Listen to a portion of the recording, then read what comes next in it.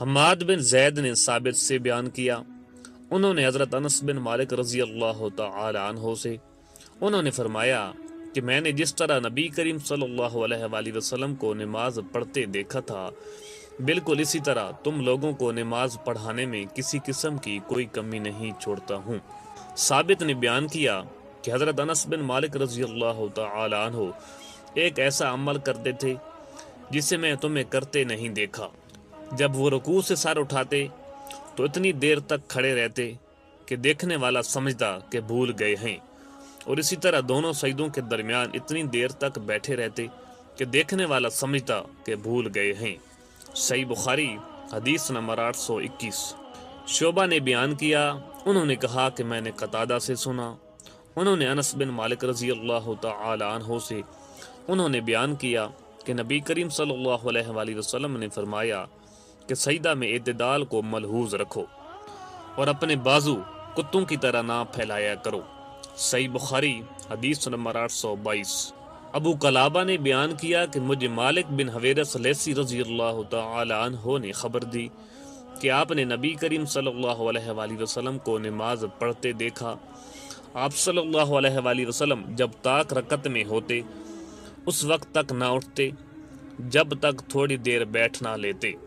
صحیح بخاری حدیث نمبر 823۔ ابو قلابہ نے بیان کیا کہ حضرت مالک بن حویرث رضی اللہ تعالی عنہ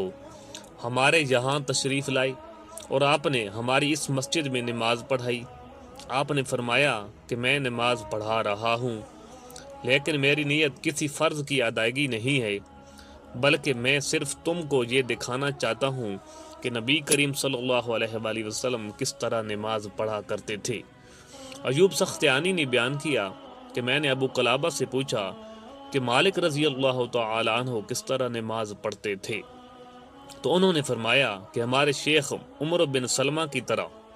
ایوب نے بیان کیا کہ شیخ تمام تکبیرات کہتے تھے اور جب دوسرے سجدہ سے سر اٹھاتے تو تھوڑی دیر بیٹھتے اور زمین کا سہارا لے کر پھر اٹھتے۔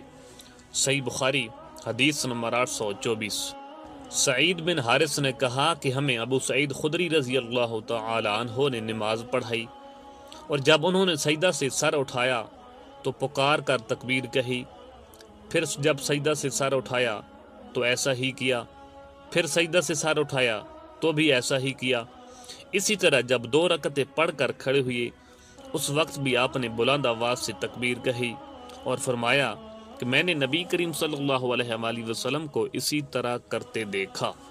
صحیح بخاری حدیث نمبر 825۔ غیلان بن جریر نے بیان کیا، انہوں نے مطرف بن عبداللہ سے، انہوں نے کہا کہ میں نے اور عمران بن حسین رضی اللہ تعالی عنہ نے علی بن ابی طالب رضی اللہ تعالی عنہ کی اقتداء میں نماز پڑھی۔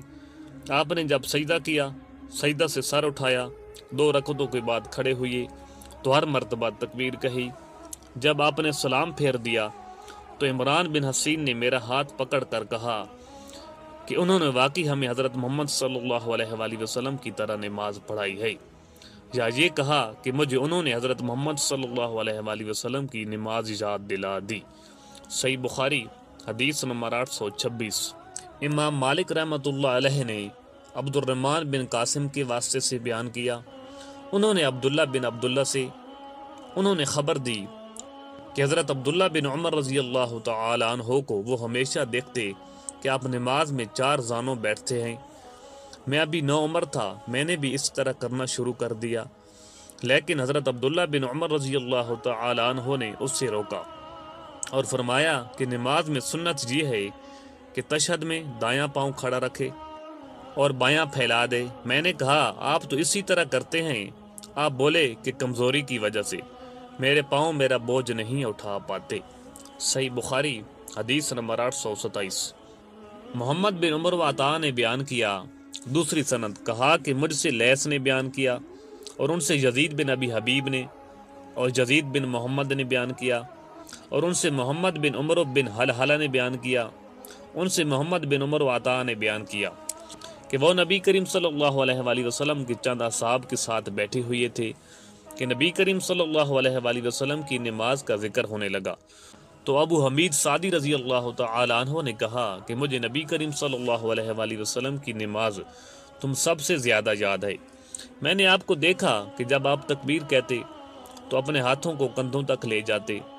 جب آپ رکوع کرتے تو گھٹنوں کو اپنے ہاتھوں سے پوری طرح پکڑ لیتے اور پیٹھ کو جھکا دیتے، پھر جب رکوع سے سر اٹھاتے تو اس طرح سیدھے کھڑے ہو جاتے کہ تمام جوڑ سیدھے ہو جاتے، جب آپ سجدہ کرتے تو آپ اپنے ہاتھوں کو زمین پر اس طرح رکھتے کہ نہ بالکل پھیلے ہوئے ہوتے اور نہ سمٹے ہوئے،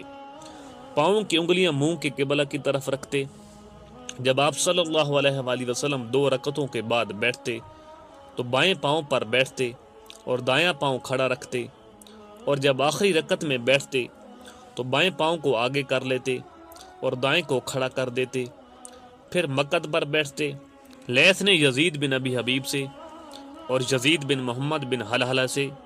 سنا، اور محمد بن حلحلہ نے ابن عطا سے، اور ابو صالح نے لیث سے کل فقار مکانہ نقل کیا، اور ابن المبارک نے یحییٰ بن ایوب سے بیان کیا کہ انہوں نے کہا کہ مجھ سے یزید بن ابی حبیب نے بیان کیا کہ محمد بن عمر بن حلحلہ نے ان سے حدیث میں کل فقار بیان کیا۔ صحیح بخاری حدیث نمبر 828۔ شعیب نے خبر دی ظاہری سے، انہوں نے کہا کہ مجھ سے عبد الرحمن بن حرمز نے بیان کیا جو مولی بن عبد المطلب یا مولی ربیہ بن حارث تھے کہ عبداللہ بن بخینہ رضی اللہ تعالی عنہ جو صحابی رسول اور بنی عبد مناف کے خلیف قبیلہ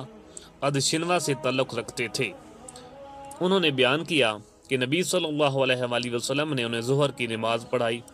اور 2 رکعتوں پر بیٹھنے کی بجائے کھڑے ہو گئے،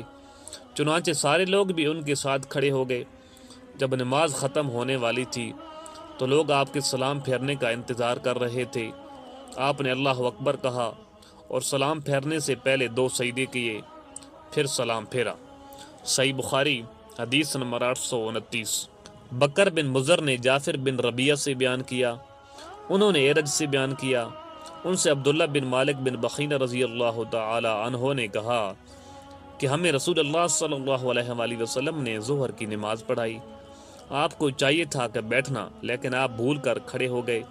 پھر نماز کے آخر میں بیٹھے ہی بیٹھے 2 سجدے کیے۔ صحیح بخاری حدیث نمبر 830۔